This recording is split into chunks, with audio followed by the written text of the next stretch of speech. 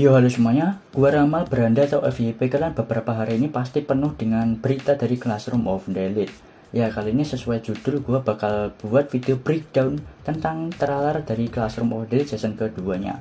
Di dalam video ini tentu aja bakal mengandung spoiler ya, karena gua bakalan bahas scene yang muncul di dalam trailernya. Tapi sebisa mungkin gua nggak spoiler terlalu jauh, biar para anime only juga bisa nonton video ini. Dan kalau gitu siapkan sabuk pengaman, mari kita bahas satu-satu scene yang ada di dalam trailernya.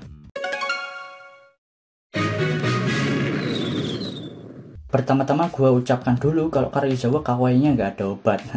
Ya makin nggak sabar buat nunggu Karizawa debut nanti. Seperti yang kalian ketahui kalau anime Classroom of the Elite beberapa hari yang lalu mengumumkan kalau akan mendapatkan season kedua sekaligus season ketiganya. Season keduanya akan rilis pada bulan Juli tahun 2022 ini, sedangkan season ketiganya bakalan rilis tahun 2023. Tepat pada tanggal 6 Maret, Kadokawa telah merilis trailer untuk season keduanya. Trailernya itu baru rilis 3 hari udah tembus 800.000 view. Ini menunjukkan betapa antusiasnya para fandomnya untuk menantikan animenya nanti rilis setelah menunggu lebih dari 4 tahun lamanya. Studio yang akan menggarapnya masih akan ditangani oleh LERD Studio. Dan di trailernya ini gua lihat-lihat scene-nya itu banyak mengambil ilustrasi dari light novelnya. Seperti biasa, anime Classroom of the Elite itu sebelum mulai pasti akan menyisipkan kata-kata bijak dari orang terkenal. Kata-kata ini berasal dari John Stuart Mill dalam bahasa Inggris, yang artinya kesesuaian dengan alam tidak memiliki hubungan apapun dengan benar dan salah. Setelah kata-kata itu muncullah gambaran dari sekolah Kudo Ikose. Sekolah Kudo Ikose ini merupakan konsep penting dari sekolah elit anime Classroom of the Elite ini ya. Disusul dengan scene Ainokoji yang menatap sesuatu, seolah sedang merencanakan suatu hal. Ada juga scene teman sekelasnya Ainokoji bernama Karizawa Kei muncul. Karizawa kelihatan sedang ketakutan. Di scene ini Karizawa sedang dibully oleh seseorang. Lalu ada scene Ainokoji dan Karizawa. Ainokoji mengkabedon Karizawa dan sedikit mengancam Karizawa di sini.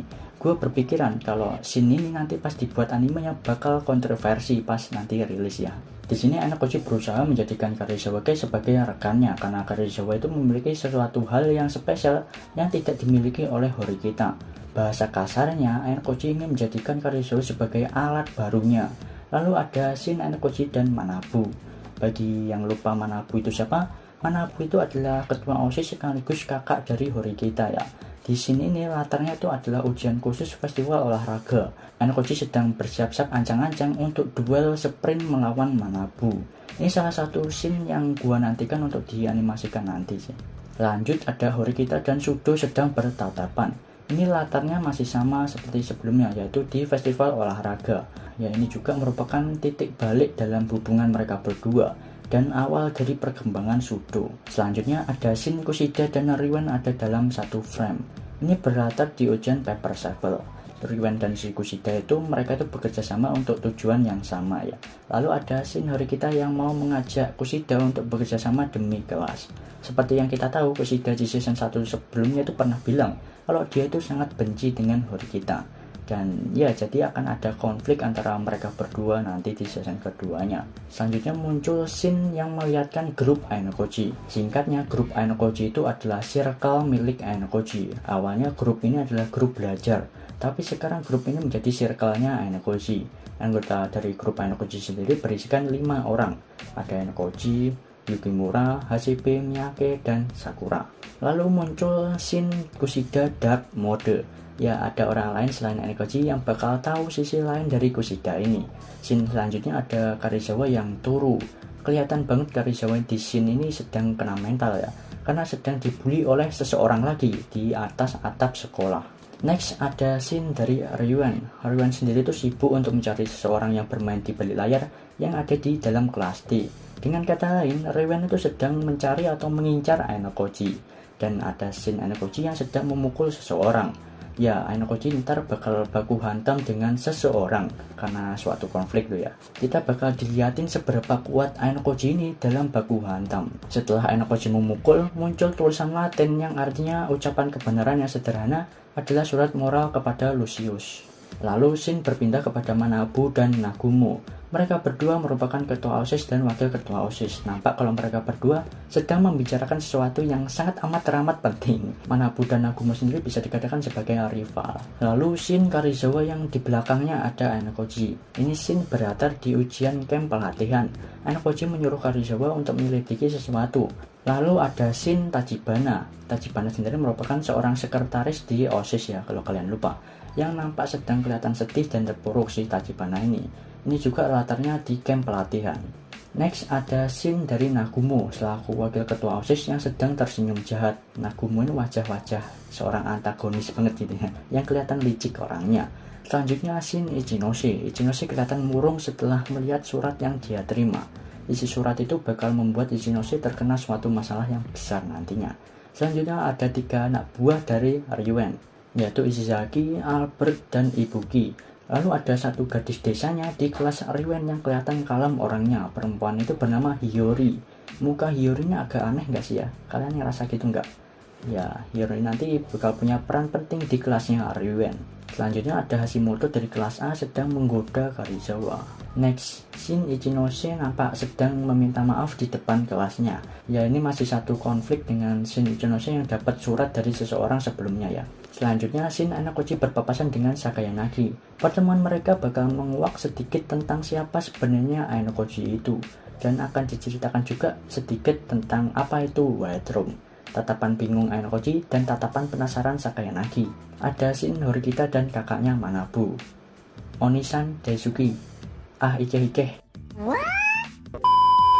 Di sini nih mengantarkan Horikita untuk terus berkembang agar dirinya bisa mengejar kakaknya.